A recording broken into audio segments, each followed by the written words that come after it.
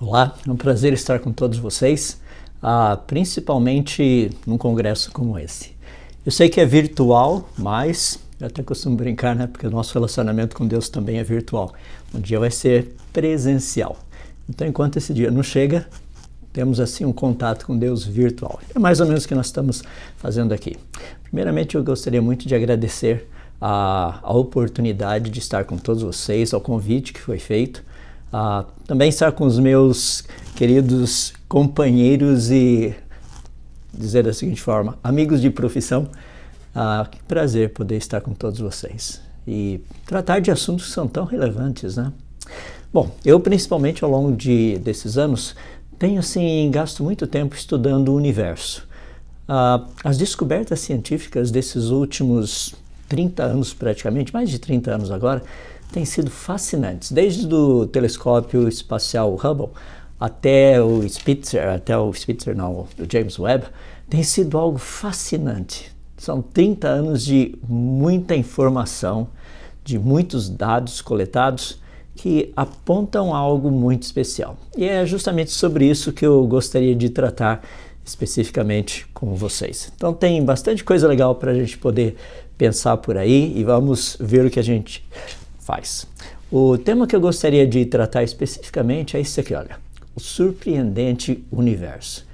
Ele é surpreendente? Sem dúvida. E esses últimos, como eu mencionei, esses últimos 30 anos tem sido algo espetacular. Podermos observar o universo como ele nunca foi observado antes, devido à tecnologia que agora nós temos. E deixe-me deixar assim, de uma forma bem simples e bem clara. Isso é só o começo. Tem muita tecnologia nova vindo aí pela frente e a tecnologia que nós estamos usando, por exemplo, do James Webb, que é o mais novo telescópio que nós temos, o desenvolvimento dele começou há 20 anos atrás.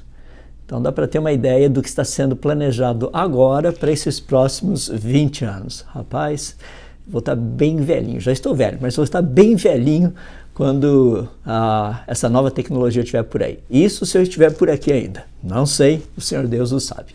Mas de qualquer forma, muita coisa nova está vindo pela frente, mas eu queria tratar daquela que já está aqui, do que nós temos visto ao longo desses últimos 30 anos, mais especificamente. E quando nós pensamos a respeito de tudo isso, algo fascinante é poder ver a clareza do que nós temos. Então, deixa eu mostrar algumas coisas aí para você. Daqui do ponto de vista nosso, ao olharmos do planeta Terra, a gente tem vistas como essa daí, que é a Via Láctea. Isso é uma vista panorâmica de praticamente 360 graus aí, você está vendo de uma ponta a ponta, uma outra ponta, a querida Via Láctea, é a nossa galáxia onde nós moramos. Então você está vendo um agrupamento muito grande de estrelas. Não dá muitas vezes para a gente ver tão claro desse jeito, mas você vê um tipo de uma mancha branca lá no céu, parece uma nuvem branca, numa noite bem escura, assim, noite de lua nova, e o céu sem nuvem nenhuma, mas você vê um tipo de uma nuvem branca lá em cima. Seria algo mais ou menos assim, olha, tá vendo essa que você está vendo lá atrás? É essa a ideia, mais ou menos. Então, como eu mencionei, nós temos tido uma oportunidade fascinante de poder observar o universo com os nossos telescópios, nossos sistemas de radioantenas e a lista vai. Então é fascinante quando a gente consegue ver tudo isso. E certas imagens, inclusive, que são muito fascinantes, que antes nós tínhamos que mandar uma sonda espacial lá até esse planeta, por exemplo, estou falando do planeta Júpiter, para ter imagens como essa que agora o James Webb consegue captar daqui. Olha só que coisa espetacular. Isso é uma imagem de Júpiter, vocês estão vendo ali uns pontinhos brancos do lado, são algumas das luas de Júpiter, e é fascinante, você está vendo a aurora, as duas auroras que Júpiter tem, a do Polo Norte e a do Polo Sul. Essa foi uma imagem feita pelo telescópio espacial James Webb. Mas, sem falar a respeito da nossa vizinhança aqui, dos nossos planetas, é fascinante quando a gente consegue observar um pouquinho do universo lá fora. Galáxias, como essa que você está vendo aí. É espetacular quando nós vemos assim bilhões de estrelas aglomeradas, todos num único sistema, que é um sistema galáctico como esse. Algumas vezes podemos observar coisas fascinantes como essa, que está relacionado com essas nuvens de gases que tem no espaço. Esses são os chamados pilares da criação, que, falando nisso, essa é uma das imagens fascinantes do telescópio espacial James Webb. Então nós temos uma quantidade muito grande de coisas aí que têm sido fotografadas e etc, coisas e tal, que nós podemos estudar e aprender muito a respeito disso, principalmente com respeito ao universo. Mas, para a gente poder entender um pouquinho melhor, deixa-me dar algumas, então um pouquinho de terminologia para a gente não ficar tão perdido, tá bom? Muitas vezes a gente fala assim, usa termos como cosmologia, astronomia, astrofísica e a lista vai, e a gente não sabe exatamente o que isso significa. Então deixa eu colocar, só para a gente ter uma noção geral, eu vou dar um pouquinho só de terminologia para a gente ficar bem familiarizado, tá bem? Então vamos lá. Quando a gente fala de cosmologia, a cosmologia é uma junção de duas palavras gregas. Cosmos, que significa universo, a natureza, tudo que existe, e logia, que significa estudo. Então, cosmologia significa o estudo do universo. Não significa necessariamente sobre a origem do universo. Já vou usar um outro termo que trata disso mais especificamente. Cosmologia é geral. Então, quando nós falamos de cosmologia, estamos falando literalmente do estudo do universo. Astronomia. Astron é a palavra grega também, que significa corpo celeste. E nomia, que significa um sistema de regras. Então, astronomia está relacionado com as regras dos corpos celestes, ou seja, como que eles funcionam, quais são as regras relacionadas com ele. Note que existe uma diferença muito grande entre astronomia e astrologia, tá? Eu costumo até brincar, o astrônomo é aquele que foi para a faculdade, estudou, teve um diploma, foi fazer um mestrado e talvez até um doutorado, pós-doutorado. Esse é o astrônomo. O astrólogo é aquele que nunca foi para a universidade. Então ele fala de astrologia. A astrologia é aquela ideia de que os astros têm uma influência na nossa vida. Tá bom. Então agora você tem uma noção desses dois termos, cosmologia e astronomia. Deixa eu dar mais alguns aí para você que são muito importantes. Quando nós falamos de cosmologia, existem duas outras palavras ou dois outros termos que são da área também da cosmologia, que é a cosmogonia, que estuda a origem do universo, e a cosmografia, que faz um mapeamento do universo. Essas duas áreas, a cosmogonia e a cosmografia, têm sido assim muito importantes ao longo desses últimos 30 anos de pesquisa. Principalmente porque está relacionado com aquilo que nós temos visto e aprendido. Ou seja, na área da cosmogonia, nós temos visto que o universo teve um início. Você sabia que há cerca de mais ou menos 100 anos atrás havia uma grande discussão se o universo era eterno ou não. Muitos acreditavam que o universo fosse eterno, sempre existiu. Isso, a gente vai tratar um pouquinho disso, mas é a ideia de um universo estático que nunca muda. Por outro lado, quando nós falamos da cosmografia, ou seja, esse mapeamento do universo, isso é algo recente, começou na década de 80 do século passado. Eu sei que fica estranho falar século passado, mas é verdade. Foi no século passado e até no milênio passado, ou seja, 1980, por aí assim, na década de 80, foram apresentados os primeiros mapas tridimensionais aqui da nossa vizinhança. Mostrando as galáxias ao nosso redor e etc e coisa e tal. Então foi muito legal, é muito legal a gente pensar nesses dois termos especificamente, da cosmogonia, estudo da origem do universo, e a cosmografia, que trata do mapeamento.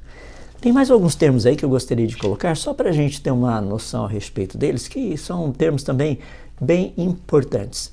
Estão relacionados com a física e a astrofísica.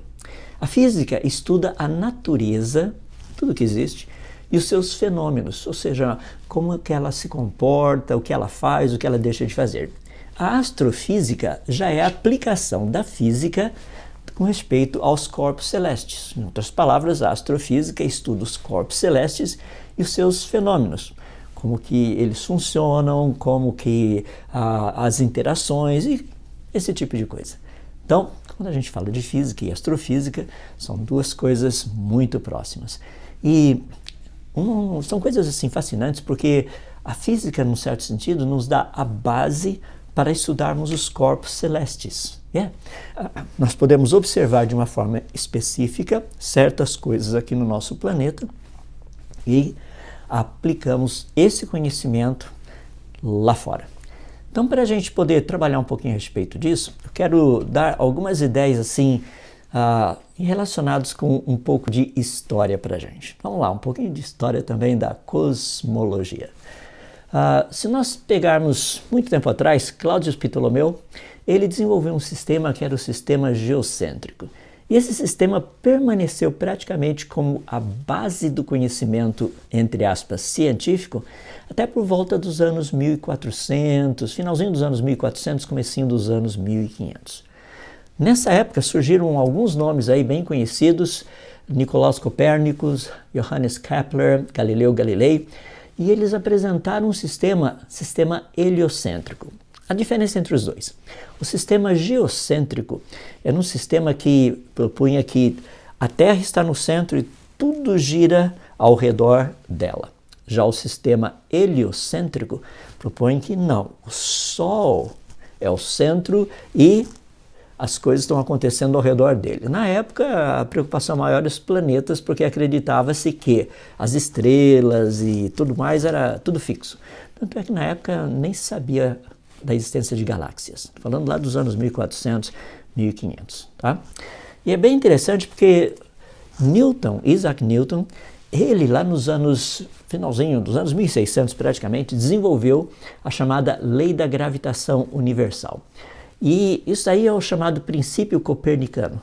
E é muito importante esse princípio porque ele diz que os corpos celestes obedecem às mesmas leis físicas que os objetos aqui na Terra obedecem. Ou seja, as leis que nós descobrimos aqui, elas aplicam-se também a qualquer corpo celeste em qualquer lugar do universo. Essa foi uma mudança radical de paradigma, pensamento. De repente, as pessoas falam, nossa, é possível então nós calcularmos o que está acontecendo lá fora baseado naquilo que nós conhecemos aqui. Correto. Então essa foi uma das grandes, como é que eu posso colocar isso? Um grande auxílio, deixa eu colocar dessa forma, ficar mais simples, que Newton providenciou para a gente. Algo espetacular. A coisa não para por aí. Continuando.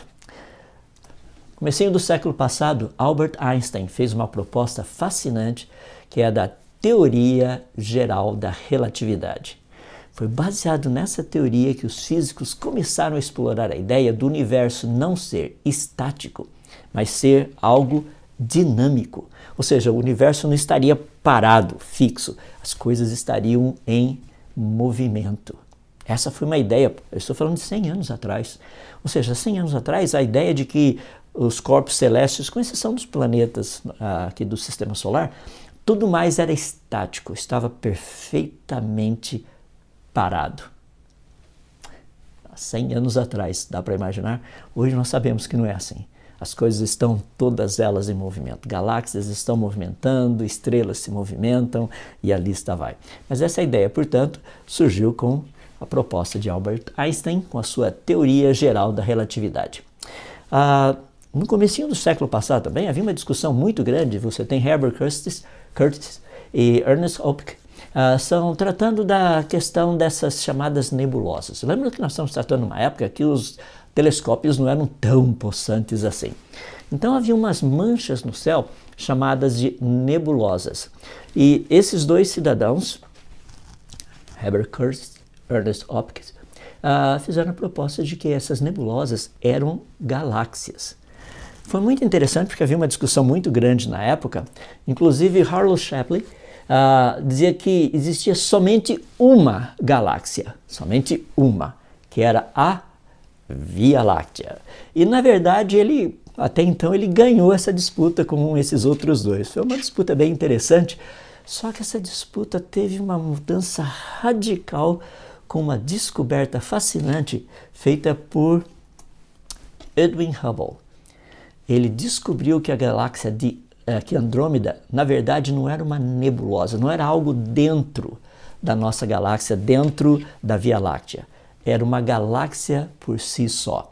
Ele observou os cefeidas variáveis na galáxia de Andrômeda. Isso foi entre o ano de 1923 e 1924. E cefeidas variáveis são estrelas que pulsam radialmente. Elas variam tanto em diâmetro quanto temperatura. Essa foi uma descoberta assim espetacular e foi bem sedimentado. Daí, quando em 1929 ele descobriu o desvio espectrográfico da luz para o vermelho, aquilo que a gente chama de redshift. Então, que galáxias, na verdade, são galáxias, que aquelas nebulosas não eram apenas umas manchas dentro da Via Láctea.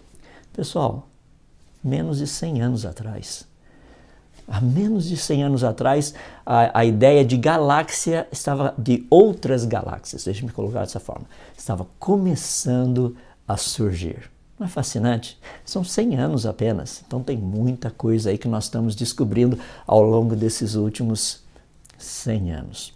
Mas tem algumas coisinhas aí também que eu gostaria de colocar que são bem importantes para a gente, só para finalizar essa parte de um pouquinho de história. George Lemaitre, fez a proposta do modelo Big Bang, principalmente baseado nas ideias de Albert Einstein. Ele começou a trabalhar com essa ideia da teoria geral da relatividade e, finalmente, ele fez uma proposta. Essa proposta, na época, não foi assim, algo tão bem aceito assim, imediatamente, porque, no fundo, estava sendo proposto que o universo teria tido um início. Até então havia uma disputa muito grande, uma conversa muito grande a respeito disso. Nem todos, a maior parte, quer dizer, não acreditava que o universo tivesse tido um início. Agora a ciência, a boa ciência, começava a alinhar com as escrituras, a Bíblia. Não estou dizendo que o Big Bang está correto, não é isso que eu estou dizendo. Estou dizendo que a proposta agora é que o universo literalmente teria tido um início. Lembre-se que nós estamos falando de cerca de mais ou menos 100 anos atrás, a grande maioria dos cientistas não acreditava que o universo teria tido um início. Percebe? Continuando mais um pouco aí. Então, Lemaitre fez essa proposta. Arno Penzias e o Robert Wilson, eles lá na década de 60, para ser mais preciso, entre 1963 e 1964, eles descobriram a microrradiação cósmica de fundo.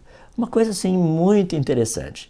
Eles estavam lá trabalhando, sossegadinhos, e acharam que tinham algumas coisas lá no equipamento que eles estavam trabalhando, que eles pensaram que fosse literalmente, desculpa a expressão, mas cocôzinho de pomba. Então eles foram lá e foram pesquisar e na verdade não tinha nada a ver. O que eles estavam descobrindo é que o universo ele possui uma estrutura, na sua estrutura, uma radiação de fundo. Significa isso um tipo, assim, colocando em termos práticos, uma temperatura uniforme lá fora. E essa temperatura, a gente vai tratar dela daqui a pouquinho, é de mais ou menos 270 graus abaixo de zero, só para ter uma noção.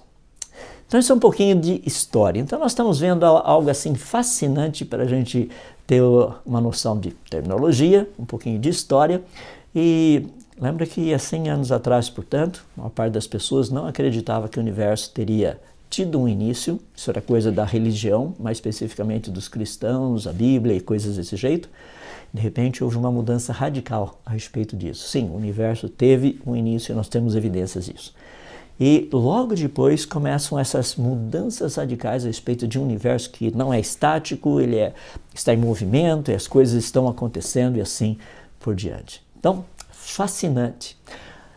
Como eu mencionei, há cerca de mais ou menos uns 30 anos atrás, comecinho da década de 90 para cá, nós tivemos uma mega revolução, porque começamos com algo que é muito interessante, que foi uma cosmologia observacional. Até então haviam observações feitas, mas elas eram muito limitadas. Devido ao equipamento que nós tínhamos. Nós tínhamos telescópios no Monte Palomar, alguns outros telescópios espalhados aí pelo mundo, mas eram muito, muito limitados com respeito a vermos o universo como ele é. Tanto é que se você tiver curiosidade, vá um dia até uma das bibliotecas por aí e pegue alguns livros de astronomia, de cosmologia, lá da década de 80, para você ver. Eu ainda tenho alguns deles na minha biblioteca, eu guardo apenas como relíquias. Mas é fascinante, as ideias, as propostas, era o que de melhor nós conhecíamos. Mas a partir da década de 90, mais especificamente com o telescópio espacial, o Hubble, nós tivemos a oportunidade de observar um universo que nós não tínhamos a menor ideia do seu tamanho, da sua estrutura, da sua complexidade. Então, a partir de 1980 para cá, 1990, desculpe-me, para cá, houve uma mudança radical a respeito disso. Então, só para ter uma noção, baseado em todas essas descobertas, houve uma reunião no dia 12 de janeiro de 2014, o Congresso Planck, na cidade de Ferrara, lá na Itália. E ali foram colocadas as seguintes propostas básicas, baseadas na interpretação. Você ouviu correto? Na interpretação de algumas coisas que tinham sido observadas desde a década de 90 até então. E essas interpretações foram as seguintes, as principais. Com respeito à idade do universo, de 13,8 bilhões de anos. Na verdade, de 13,77 bilhões de anos e mais uns quebradinhos ali no meio. E a segunda é sobre a composição do universo. 4,9% seria matéria bariônica, ou seja, os átomos que nós conhecemos e que nós estudamos no laboratório. 26,6% seria de matéria escura e fria, que na verdade nós não sabemos o que é, não temos nem assim, a menor ideia a respeito.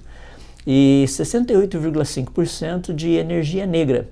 Eu costumo brincar que a diferença entre energia negra e magia negra são assim, muito próximos uma da outra. Não estou dizendo que energia negra não exista, nem que matéria escura e fria não exista, não é isso que eu estou dizendo, mas até o presente momento nós realmente não sabemos a respeito da existência, ou seja, coisas mais específicas a respeito disso. Até então, tudo isso é tratado de uma forma assim, teórica. Agora, por que esses valores? Por que 4,9% apenas de matéria bariônica? Por que 26,6% de matéria escura e 68,5% de energia negra? Em outras palavras, por que cerca de 95% do que existe no universo é, entre aspas, composto de algo que nós não sabemos? A resposta é simples. Para que o universo tenha esses 13,8 bilhões de anos, teria que ter muito mais massa espalhada aí no universo em termos de matéria escura e fria, energia negra e tudo mais, para que o universo continuasse tendo a estrutura que ele tem. Caso contrário, ele não teria essa estrutura, a menos que ele fosse jovem. Agora, ninguém vai aceitar num universo jovem, ninguém que eu diga assim, dos naturalistas, ninguém aceita a ideia de um universo jovem. Portanto, teria que haver alguma coisa, no caso, matéria escura e energia negra, que desse essa sensação de um universo antigo. Deixe-me tentar ilustrar de uma forma bem simples. Imagine um pneu. Tá? Eu chego para você e a gente começa a conversar e você fala assim, rapaz, comprei esses pneus aqui, são espetaculares. Você fala, nossa, aqui, realmente, olha, novinhos. Fala assim, não, mas eu já andei 100 mil quilômetros com eles. Falei, como é que é? Peraí, vamos conversar. Você percebe, o pneu tem até aquelas borrachinhas assim, espetadinhas aí de pneu novo. Mas como? Você andou 100 mil quilômetros e tem esse negócio ainda aqui? Eu falei assim, é que esse pneu veio com matéria escura e fria e energia negra em volta dele. É por isso que ele parece novo, mas é velho. Ele parece novo, mas é velho. Então você está me dizendo que esse pneu tem 100 mil, já andou 100 mil quilômetros e continua novinho, novinho, novinho, novinho. É mais ou menos essa ideia, só para você ter uma ideia, ter uma noção. As pessoas, para que o universo seja extremamente antigo, precisam colocar algo ali para que ele ainda continue sendo estruturado, como ele é, como nós temos observado. Percebe? Então essa ideia de o universo tem matéria escura e fria, energia negra, de novo, não estou dizendo que nós não vamos descobrir outras coisas por aí, não é isso que eu estou dizendo. O que eu estou dizendo é que nós não podemos colocar isso como uma prerrogativa para falar, tá vendo? O universo é antigo, portanto, isso não pode ser feito, porque isso aí beira muito a ideia de religião, a ideia de crença. e não a ideia baseada em evidência científica. Porque quando nós tratamos de evidência científica, existem algumas coisas espetaculares que nós podemos tratar assim, literalmente sem nenhum problema. Lembrem-se que eu disse a respeito do Arnold Penzias e Robert Wilson, que lá entre 1963 e 64, por aí assim, 65, eles descobriram a microrradiação cósmica de fundo. Ou seja, a ideia praticamente é que o universo tecnicamente seria aquilo que nós chamamos de um corpo negro. Negro não pelo fato de ele ser escuro, mas a ideia é de que ele é fechado, totalmente fechado. Vocês estão vendo ali nesse gráfico do lado direito, a linha azul mostra parece uma montanha. Isso daí literalmente é a lei de Planck aplicada a um corpo negro, ou seja, as várias frequências em relação praticamente às intensidades, tá? Então a gente tem aí o que seria esse espectro de um corpo negro. Vocês estão vendo essa linha azul, e olha só que coisa espetacular, aquelas marquinhas ali que parecem um tipo de um tracinho em vermelho. Essas são as medidas, ou as medições feitas pelo então Observatório Espacial COBE. Percebe como os dois estão certinho em cima do outro? Isso significa que o universo, na verdade, ele é um corpo negro. Rapaz, daí a pergunta é, o que isso significa? Um corpo negro, literalmente, é algo fechado. Ou seja, toda a energia está ali dentro. Então, só tem aquela energia para trabalhar. Energia não é criada, energia não é destruída, energia é transformada de uma forma para outra, tecnicamente. Tá? Então, isso é o que nós sabemos. Agora, olha que interessante. Sendo que o universo ele é um corpo negro, ou seja, ele é fechada, aí nós temos algumas coisas muito interessantes para a gente pensar. Lembra que eu mencionei a respeito da temperatura do universo? A temperatura do universo é praticamente essa, tá? Em kelvins, 2,73 kelvins, ou seja, cerca de 270 graus abaixo de zero. Tá? Agora, o que foi observado é que isso daí é constante em todas as direções. É aquilo que eu mencionei, o universo ele é um corpo negro. Essa é a evidência científica. Okay? Agora, o que isso significa em termos práticos? Porque lembra, a evidência científica ela precisa ser interpretada corretamente para que nós possamos ter a visão certa do universo. Vocês se lembram que eu falei a respeito de Isaac Newton? Newton diz que aquilo que nós descobrimos aqui na Terra, como as coisas funcionam, também aplica-se lá fora, no universo de uma forma geral. Ou seja, para corpos celestes, sejam planetas, sejam sistemas solares, sejam galáxias, sejam estruturas de galáxias, seja lá o que for.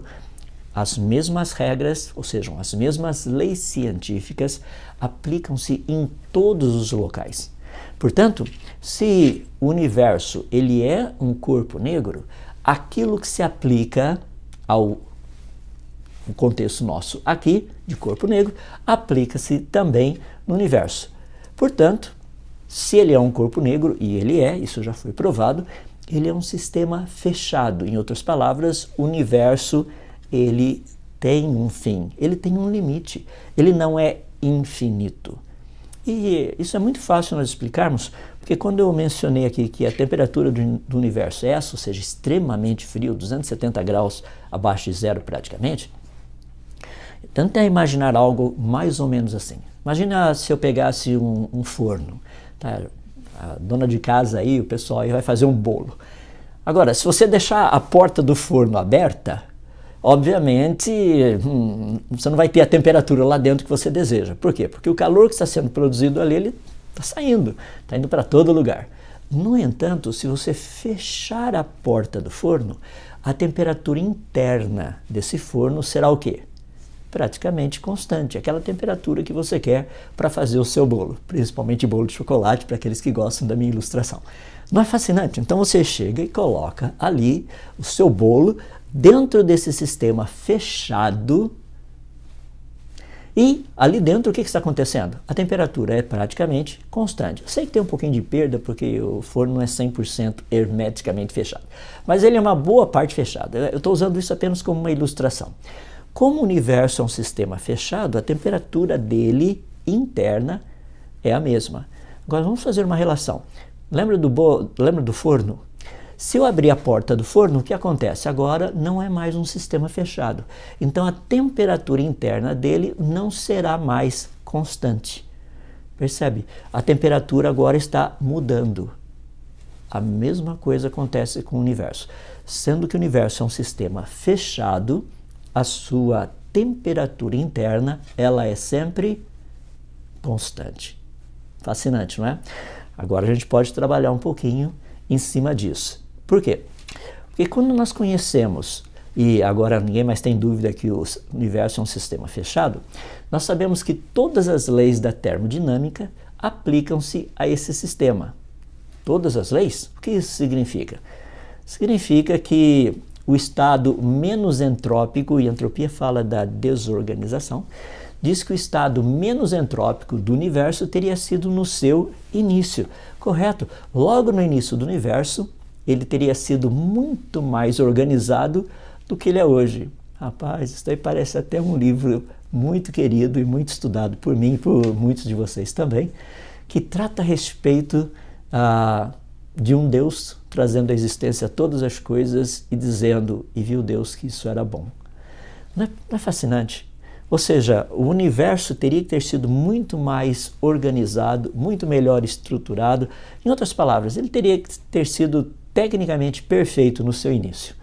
Agora, lembra que eu estou usando apenas a informação científica, ou seja, nós sabemos que o universo é um sistema fechado, portanto, as leis da termodinâmica, principalmente a segunda lei da termodinâmica, nos diz que o estado menos entrópico do universo teria sido no seu início e haveria um aumento da entropia à medida que o tempo avançasse.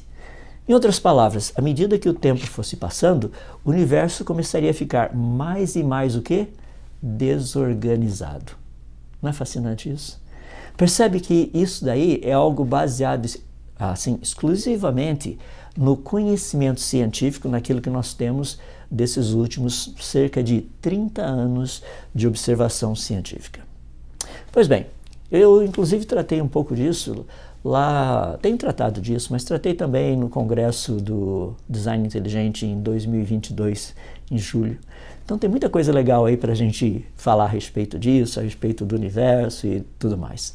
Mas eu gostaria de pegar agora e tratar de um aspecto específico que está relacionado com duas áreas da cosmologia que têm sido altamente desafiadas agora pela descoberta científica. Então, muito disso, a segunda lei da termodinâmica, essas coisas todas aí, eu já tenho tratado. Se você quiser saber mais a respeito, pode procurar no material lá do Design Inteligente, você vai encontrar algumas coisas já ditas, não somente por mim, mas por outros também, falando a respeito dessa segunda lei da termodinâmica, a lei da entropia. Eu achei muito legal, só um pequeno parênteses aí, achei muito legal, há alguns anos atrás, dando uma palestra no Brasil, foi muito, não vou dizer onde, mas foi muito legal, um garotinho de 10 anos em conversar comigo e falar assim que ele realmente curtia muito a lei da entropia. Já imaginou? 10 anos de idade, eu falei para ele, quando você conversar com o teu professor, fala a respeito e diz que você aprendeu isso lá na igreja, tá? Porque na igreja é um lugar de aprender coisas assim muito sérias, muito importantes, como a segunda lei da termodinâmica, que é a lei da entropia. Olha que legal, aprendi isso na igreja, fascinante, não é? Então esse é um aspecto assim muito legal para a gente poder trabalhar com respeito às descobertas científicas. O que eu queria tratar um pouquinho com vocês agora está relacionado com as implicações científicas desses últimos 90 anos. Então, para a gente pensar um pouquinho mais, a teoria do Big Bang, mais especificamente o modelo lambda-CDM, esse lambda está relacionado com uma constante que Einstein propôs lá na sua lei da teoria da gravitação universal. Inclusive ele na época disse que tinha sido o maior erro da vida dele, e esse CDM é Cold Dark Matter, matéria escura e fria. Tá? Então esse modelo é o modelo atual da proposta de como o universo teria iniciado e chegado até aqui. Bom, eu já falei só um pouquinho a respeito da segunda lei da termodinâmica, a lei da entropia. Só essa lei acaba com o Big Bang, porque mostra que o universo teria que ter começado organizado e não desorganizado, e com o passar do tempo teria se organizado, que é a proposta naturalista do modelo Big Bang, mais especificamente o modelo Lambda-CDM. Mas duas propostas muito importantes desse modelo estão relacionadas com duas coisas muito interessantes que vocês estão vendo aí. Uma é que o universo seria homogêneo e a outra ele seria isotrópico quando nós tratamos na grande escala. O que significa isso? Se nós olharmos só aqui na vizinhança, você vai perceber que o universo não é nem homogêneo nem isotrópico. Homogêneo significa ter mais ou menos a mesma quantidade de corpos celestes dentro de um determinado volume, ou seja, tantas galáxias por anos-luz cúbicos. Tá? Ou seja, dentro desse cubo de anos-luz aqui de aresta, você teria um número X de galáxias. Se você olhar no outro lado do universo lá, pegar o mesmo tamanho e colocar lá, seria ter mais ou menos o mesmo número de galáxias. Então, independente de onde você olhasse no universo, você ia estar sempre tendo o mesmo número de galáxias dentro desse volume específico aí. Então, essa é a ideia de homogêneo. Isotrópico significa que, independente da direção que você olhar, ele pareceria exatamente o mesmo. Eu estou dizendo assim em grande escala, não assim só olhando aqui na nossa vizinhança, as nossas galáxias por aqui, o nosso grupo local que é formado pela Via Láctea, a M33, a M31. Não, quando você pega assim uma superestrutura, uma mega estrutura, e essa mega estrutura está mais ou menos relacionado com 1,2 bilhão ou bilhões de anos-luz. Ou seja, esse seria o limite. A partir disso, o universo seria exatamente o mesmo. Independente da direção que você olhasse, uma pessoa que estivesse lá do outro lado do universo, olhando para cá, ele veria exatamente a mesma coisa que a gente vê olhando aqui para lá. Independente de onde você olhasse, seria igual. Essa é a ideia de ser isotrópico. Tá? E a outra, homogêneo. Então essas são duas ideias fundamentais no Big Bang, quando a gente trata da grande escala. Ou seja, qualquer coisa acima de 1,2 bilhões de anos-luz. Então, para a gente ter uma noção, o telescópio espacial James Webb tem nos mostrado coisas assim muito interessantes. Por exemplo, quando nós olhamos para o universo de uma forma geral, a gente percebe que ele não é bem nem homogêneo, nem isotrópico. Nenhum dos dois.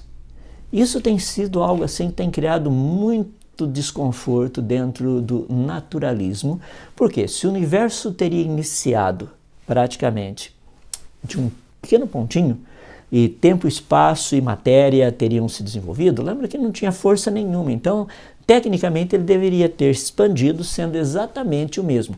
Seria mais ou menos como se você pegasse uma bexiga e começasse a soprar. E à medida que ela vai enchendo, você vai perceber que se não tiver assim nada errado com a bexiga, ela vai se tornando cada vez mais esférica. A menos que seja uma bexiga que tenha algumas coisas esquisitas ali. Mas no caso do universo, seria como que essa bexiga perfeita. Não tivesse nenhum pontinho onde na parte ali do plástico seria assim, tivesse uma tensão maior, uma tensão menor. Seria exatamente igual. Então, à medida que o universo estivesse expandindo, ele iria se expandir exatamente, perfeitamente, em todas as direções. Daí a ideia dele ser homogêneo e a ideia de ser isotrópico. Tá? Mas quando nós olhamos para o universo, e agora principalmente com o telescópio espacial James Webb, nós temos visto que o universo não é bem assim. Nós temos visto essas estruturas. Não somente isso, quando nós olhamos um pouquinho melhor no universo como um todo, isso daí é um mecanismo que foi produzido por computador, baseado na pesquisa digital Sloan do espaço sideral, que é conhecido como Sloan Digital Sky Survey.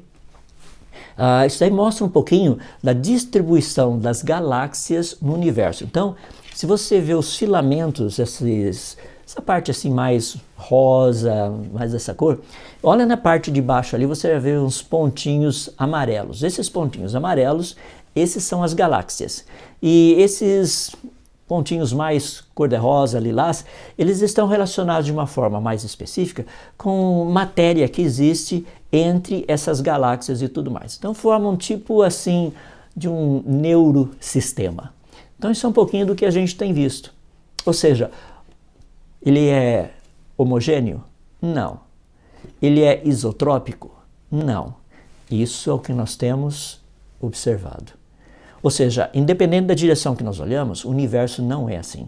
E à medida que a cosmografia, lembra que eu citei esse termo agora de pouco, falando a respeito do mapeamento do universo, à medida que os nossos computadores têm ficado um pouquinho melhores e as informações ajudado a mantê-los bem informados, eles têm produzido coisas espetaculares, como por exemplo, isso aqui é mais uma imagem produzida por computador, mostrando a distribuição de galáxias num espaço de mais ou menos 50 milhões de anos-luz. Lembra que os naturalistas falam que a coisa fica exatamente parecida quando a gente chega ali mais ou menos 1,2 até 1,2 bilhões de anos-luz.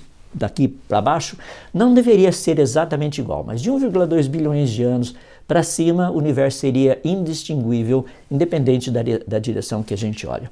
E é muito interessante porque não é bem isso o que a gente tem visto. Eu tenho citado para vocês. Isso começou há mais ou menos alguns anos atrás, se você voltar a cerca de mais ou menos uns 20 anos atrás, quando descobriu-se que no universo existem algumas regiões de grandes vazios.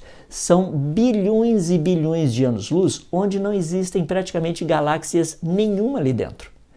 Zero. É uma coisa assim totalmente esquisita. Ou seja, se o universo foi expandindo com o passar do tempo, lembre-se que a tendência dele seria ser o quê? Isotrópico. É o que eles disseram. À medida que o tempo vai passando, em todas as direções, o universo deveria ser praticamente igual. Não deveriam haver buracos como esse. Buracos que alguns deles, esse de Boots, chega a mais ou menos 330 milhões de anos-luz de diâmetro. Nós temos outros de aproximadamente 1,3 bilhões de anos-luz de diâmetro. Algo assim espetacular. Olha quantos deles. Como explicar esses grandes buracos aí? Existem várias ideias. Os cientistas, os naturalistas, têm colocado várias ideias propondo que, com o passar do tempo, grupos de galáxias foram literalmente se juntando a outros grupos e produzindo essas regiões vazias. Mas isso cria um grande problema porque isso deve produzir um universo que ele não é isotrópico nem homogêneo. E é justamente o que nós temos observado. Para a gente seguir um pouquinho mais, existem descobertas recentes, eu estou falando agora de 2021, 2022 e uma outra que aconteceu agora. Foi publicado dia 15 de janeiro de 2014, ou seja, semana passada. Então, algo que é muito interessante é que quando a gente olha, uma pesquisadora descobriu lá no ano de 2021 esse arco gigante. Vocês estão vendo aí esses pontinhos vermelhos, parece um arco. Tá? Ele possui 3,3 bilhões de anos-luz. Lembra que eu disse que até 1,2 bilhão de anos-luz, literalmente o universo poderia ser diferente. Dali para cima, segundo a teoria naturalista, ele teria que ser igual. Ou seja, isotrópico e homogêneo. Não é verdade. Essa descoberta desse arco gigante em 2021 quebrou literalmente todas as ideias de que o universo era homogêneo e isotrópico. Percebe o grande problema? E agora em 2024, literalmente, você está vendo ali em cima em azul, esse ficou conhecido como o Grande Anel. Por falar nisso, ele foi descoberto pela mesma pessoa, já vou falar dela daqui a pouco. Ela é uma aluna trabalhando no seu doutorado. Eu acho que ela já vai direto para o pós-doutorado, é capaz de receber até um prêmio Nobel pelas descobertas dela. Isso se o pessoal não ficar revoltado porque está quebrando a teoria. Tá? Mas de qualquer forma. Então, só para ter uma ideia, esse grande anel, esse azul que você está vendo ali em cima, ele tem aproximadamente 1,3 bilhão de anos-luz de diâmetro. Em outras palavras, é uma estrutura que vai além do 1,2 bilhão de anos que tinha sido proposto pelos naturalistas, que esse seria o limite máximo onde você veria diferenças no universo. Dali para cima, acima de 1,2 bilhão de anos-luz, o universo seria exatamente igual, independente da direção que você observar. Percebe? Estamos olhando daqui e daqui nós estamos vendo que esse não é o caso. O universo, ele é diferente. Não é fascinante? Porque quando eu falo com as pessoas, isso aqui não é interpretação de dados. Esses são os dados. Nós não precisamos interpretá-los. O que nós temos de informação já é suficiente para mostrar que o modelo utilizado pelo Big Bang, ou seja, o modelo Lambda-CDM, já deveria ter sido abandonado há muito tempo atrás. Mas ele continua sendo defendido. Por quê? Porque as pessoas acreditam... Você ouviu correto. As pessoas acreditam que o universo teria surgido espontaneamente. A evidência aponta na outra direção. A evidência aponta que ele foi criado. Se você quiser saber um pouquinho mais a respeito disso, eu já citei até falando sobre o que o telescópio James Webb tem visto nas galáxias mais distantes. Galáxias logo no início do universo, elas já eram prontas. Quando eu falo assim prontas, elas já tinham os mesmos elementos químicos que nós encontramos aqui no nosso Sol, nas estrelas por perto, aqui na Via Láctea. Em outras palavras, o universo, ele é pronto. Ele foi trazido à existência pronto, desde o seu início. Isso é evidência, isso não é interpretação. Isso é evidência. A interpretação ocorre quando pessoas tentam pegar isso daí e mudar de uma certa forma, fazendo com que as pessoas olhem para isso e falem: agora entendi. Mas isso é interpretação. Interpretação é um problema sério na ciência. A ciência tem que tratar especificamente dentro do contexto de evidência. Essa é a evidência. Lembra que eu falei a respeito da temperatura de fundo, uma microrradiação? Os naturalistas têm usado a ideia que o universo no início teria tido uma temperatura de 10 elevado a 19 bilhões de 10 elevado a 19 graus Kelvin logo no seu início. Como que se sabe disso? Não tem evidência. Isso é o que se acredita. E para ele sair dessa temperatura extremamente alta, chegar nessa temperatura extremamente baixa, bilhões de anos teriam se passado. Lembra que eu mencionei e mostrei para vocês agora de pouco os pilares da criação? Essas são, assim, quantidade absurda de gases que tem no universo. Imagina um universo extremamente frio, de 270 graus abaixo de zero, ainda possui uma quantidade imensa dessas nuvens de gases superaquecidos. Como? Isso significa que ele é recente, mas isso não se encaixa ao modelo científico. Então vem as chamadas interpretações. A evidência mostra que o universo é jovem, foi criado há pouco tempo atrás e foi trazido à existência completo, complexo, perfeitamente funcional. Só para a gente entrar na reta final aqui, eu gostaria de colocar para vocês algo muito legal. Quando eu citei mais ou menos quase 1 ano e meio atrás, lá no congresso da TDI, eu disse que com o telescópio Hubble e as novas descobertas, palavras como impressionante, inexplicável, inesperado, essas seriam as principais palavras que iriam surgir nas publicações científicas ou relacionadas com as descobertas científicas. É algo assim impressionante, porque é exatamente isso que tem acontecido. Lembra que eu acabei de falar para vocês a respeito dessas duas descobertas recentes, do Grande Anel e do Arco Gigante? Nós estamos falando de 2 anos atrás, 3 anos atrás praticamente, essa informação. É bem recente, tá? Essas descobertas.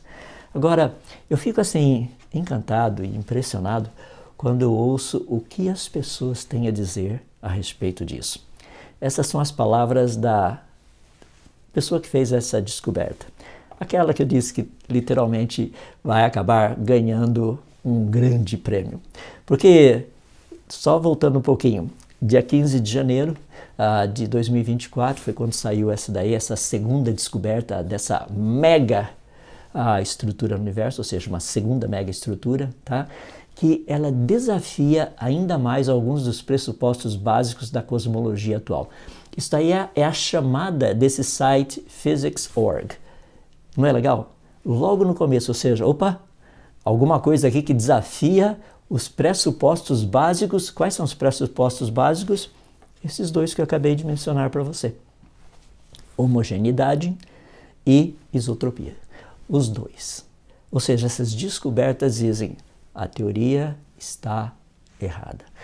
E é muito legal porque, só para a gente trabalhar um pouquinho nisso, como eu já disse, eu estou na reta final aqui, mas não acabou ainda, na reta final, só mais alguns minutinhos aí.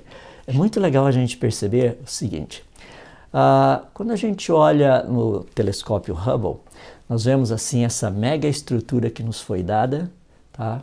Fascinante, um pouquinho a respeito dele aí, foi lançado no dia 25 de dezembro de 2021, ou seja, as suas atividades científicas iniciaram-se no dia 12 de julho de 2022, algo fascinante. Na época eu falei um pouquinho a respeito das minhas predições, ou seja, que termos como, assim nas publicações científicas, termos como impressionante, inesperado, seriam assim muito comuns. E que as observações científicas, literalmente, elas iriam nos mostrar que no universo primitivo, a sua estrutura seria completa, complexa e seria também perfeitamente funcional. Isso foi algo que eu disse há 1 ano e meio atrás, quando o telescópio James Webb começou a mostrar um pouco disso. Eu mencionei também que essa ideia de que à medida que o conhecimento científico vai avançando, mais e mais as pessoas iriam entender que isso é verdade, que o universo teve um início e seu início foi completo, complexo, perfeitamente funcional. Então eu gostaria de terminar dando as palavras da pesquisadora que descobriu literalmente essas duas estruturas gigantescas que desafiam esses dois princípios fundamentais da teoria do Big Bang, modelo Lambda-CDM. No caso, isotropia e a homogeneidade do universo. Olha que interessante o que ela disse. Nenhuma destas duas estruturas ultra grandes ou supergigantes é fácil de explicar na nossa compreensão atual do universo, ou seja, teoria do Big Bang, modelo Lambda-CDM.